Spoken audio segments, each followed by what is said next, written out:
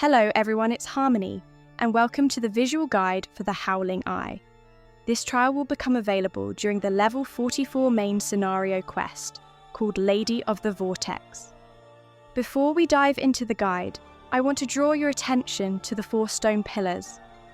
Any attacks from the boss that damages players can also damage these pillars, weakening and potentially destroying them completely. Make sure all party members avoid standing too close to the pillars whenever possible for the time being, as they will be needed later. This boss will periodically use Downburst, an instant and untelegraphed frontal cone area of effect. Because of this, the tank should take extra care to keep the boss facing away from the rest of the party. I recommend positioning the boss at the outer edge of the arena, facing away from the stone pillars. Slipstream is an untelegraphed frontal linear area of effect that deals heavy damage and stuns anyone it hits.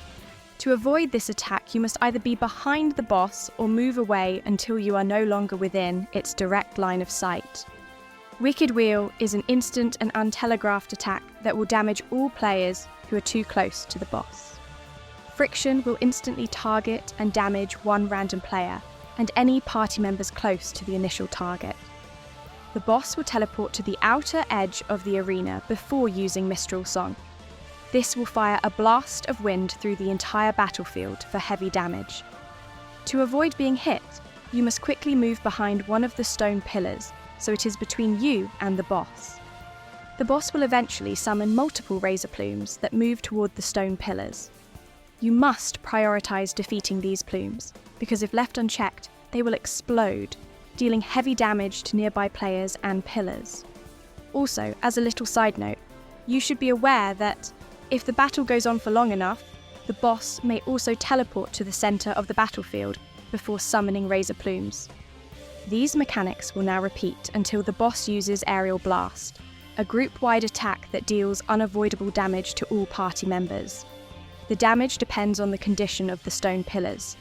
If they're heavily damaged or destroyed, Aerial Blast will wipe the party and restart the trial.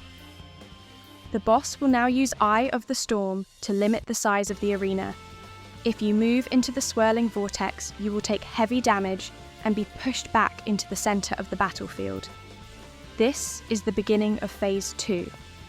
The boss will continue to use attacks you have already seen, with only a slight modification to Mistral Song. The boss will now teleport to the center of the battlefield before using the attack. To avoid this, you must now move behind the boss. The boss will now begin to teleport to the outer edge of the arena before casting Mistral Shriek. This is an untelegraphed circular area of effect centered on the boss. To avoid this attack, you will need to move as far away from the boss as possible. These mechanics will now repeat until the boss has been defeated. Thank you for watching. If you found this guide helpful, please like, subscribe, turn on notifications, and, most importantly, take care of yourself and each other.